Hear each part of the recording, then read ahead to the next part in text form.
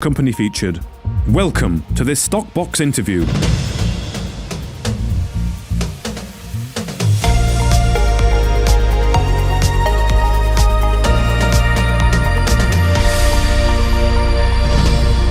Joining us today on Stockbox is the chairman of Calima Energy, Glenn Whiddon.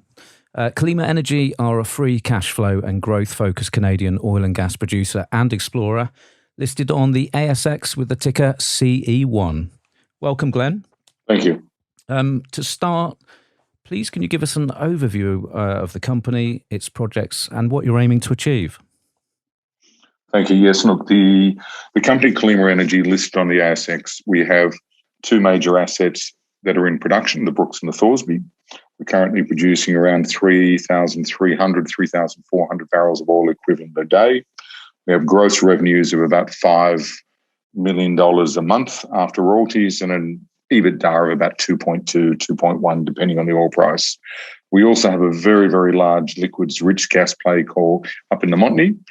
We have just under 2 TCF of contingent resource. It's an extremely large play that we proved up about 4 years ago when gas prices were about 50 cents an MCF or 50 cents a BTU in the European terminology. And I think, as you know, today gas prices in Europe are $16 a BTU.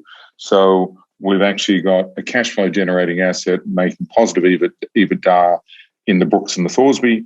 And we have a very, very large gas resource with a liquids rich component up in the Montney that we're looking now to monetize, develop, or joint venture.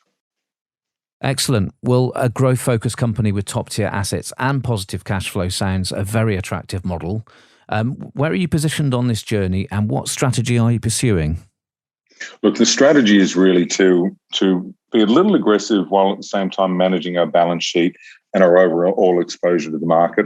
When we go and drill new wells, we drill development wells. We're not drilling exploration wells. When we drill development wells, we actually hedge our production at that level so we can always be assured to recycle our capital and not be exposed to any downward pressure in the oil price if it does happen.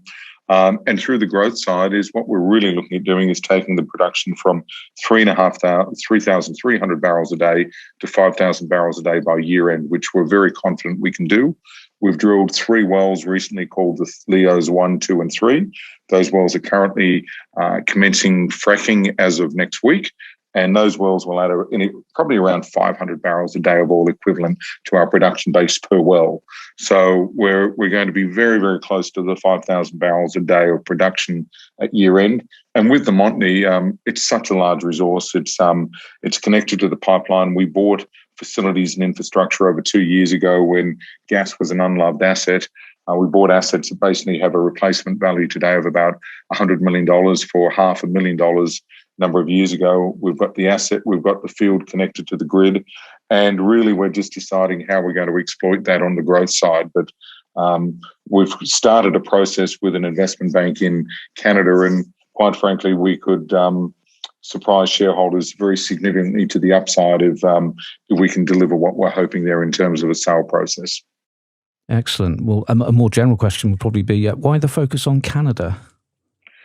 Well, look, we're all part of the Commonwealth. I have to say, though, after working in Canada for many years, I think the Brits and the Australians, we have a little more synergies.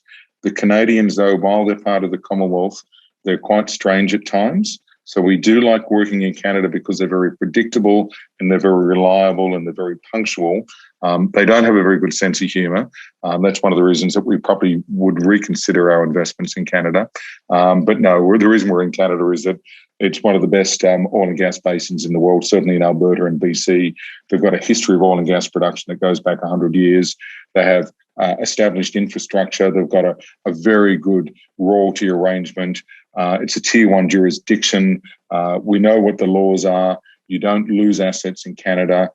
They have a great environmental track record. You have to rehabilitate your wells. They've got some of the best ESG requirements in the world, and you get a great price for your product. And we're not dealing in a second or third world country where rules change, regimes change, and the environment is not protected. So Canada's, despite a lot of good Canadians being there, but if only they had better sense of humour, it'd be a great place to operate. Excellent.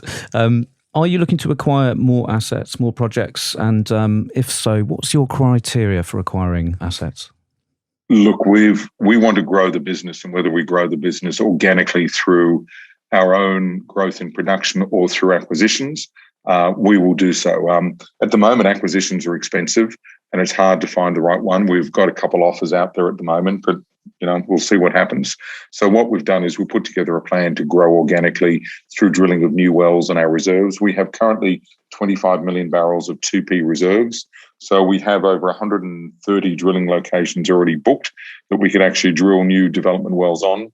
So if we can't find the right acquisition at the right terms, we'll just drill more wells, drill more development wells. We'll connect them to the grid and to the infrastructure that we have in place. And that's one of the beauties of the assets that we have in Canada, the Black Spur assets that we have. The assets were built for production of 10,000 barrels a day.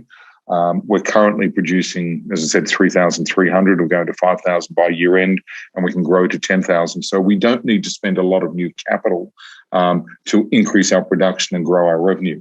So whether it's through the acquisition of new businesses or mergers with others, or through the drill bit, drilling our own wells, we'll grow the business. But we're going to be very focused on generating revenue and, most importantly, generating operating cash flow that we can then distribute back to shareholders. So it's really going to be driven by what's best for shareholders at the time. Okay, makes sense. Are all your potential candidates existing sites, or do you consider virgin ground? Look, we're looking for existing oil and gas fields.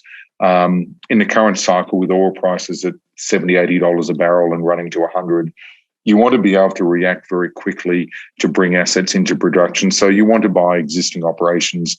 I've done greenfield operations in Russia, Tunisia, Angola, Côte d'Ivoire, all through Europe. It's all too hard. We are getting to the end of the hydrocarbon cycle sometime over the next 10 or 15 years. But today, hydrocarbons will generate significant cash flow and significant returns to shareholders, but you need to be responsive to the market. And so you need to operate in a tier one jurisdiction like Canada. You really need to be onshore. You need to be close to infrastructure. And most importantly, you need to be close to the market, which is the US and North America. So no, we're really going to focus on onshore assets with existing infrastructure rather than greenfields and, take the roulette wheel of the drill bit and hope we find something and then figure out how we're going to find $500 million to develop an offshore oil field. May not be as sexy as others, but we've done some modelling, and that if we produce 5,000 barrels of oil equivalent a day in 2022, and the oil price stays at $70 WTI, we will make north of $60 million EBITDA for the year, and our current market capitalization is only $100 million. What should investors look out for in near term? What's the current roadmap looking like? Look, I think near term, we're going to be driven by just more production, more cash flow, more profitable operations, drilling new wells, managing the risk, and distributing dividends to shareholders. And then eventually, if we can deliver what we expect on the Montney, making quite a big, large cash distribution back to shareholders from the proceeds of a Montney sale. So we're looking to be relatively conservative but responsive to rising oil price. And if the oil price goes to $100 a barrel, what you'll see is probably drill 8 or 10 wells very, very quickly. And we can make a decision to drill a well today, and we can have the drill bit in the ground within 30 days. Now, if we were doing anywhere in Africa or offshore, that would be 6, 12, 18 months before that happened. So you'll just see us being responsive to the energy market and responsive to the energy cycle and looking after shareholders. Myself and my family, we're big shareholders. We've been supporting this company for many years, and we want to make money. We want to make lots of money. So we're going to work on a way to make money for shareholders. Oh, it's great to have that flexibility. Okay, well, finally, can you give us 3 reasons why investors should consider investing in Calima Energy? First of all, we're really nice people. That's the first reason, because we're focused on our business. We have a good time. We've got a great team of guys. Even the Canadians are good. But we have a team of guys who are experienced in the sector. We've all made money in the past in oil and gas. We've actually all lost money in oil and gas, and it's always better to invest with people who've actually lost money as well as made money. You're not as cocky and arrogant as if you've only made it. So we've lost money in the sector. We've got the cycles wrong. I'm 57. The team's in their mid-40s.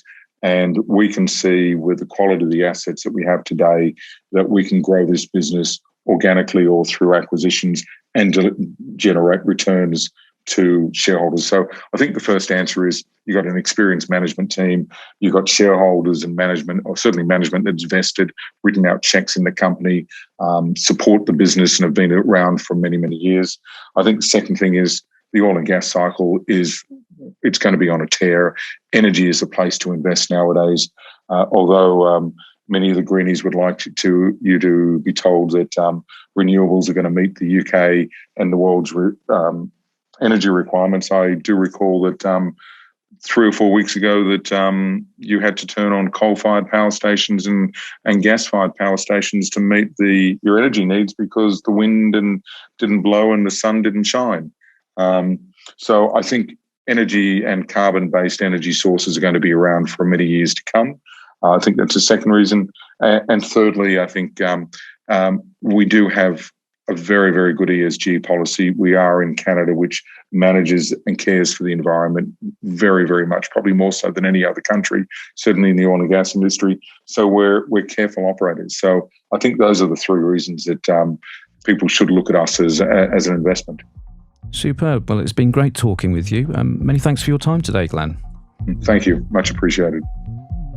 Thanks again to Glenn Whiddon, Chairman of Calima Energy, listed on the ASX with the ticker CE1. Thank you for listening to this Stockbox interview. For more information, interviews and videos, visit our website at stockboxmedia.com or give us a follow on Twitter by searching @StockboxMedia.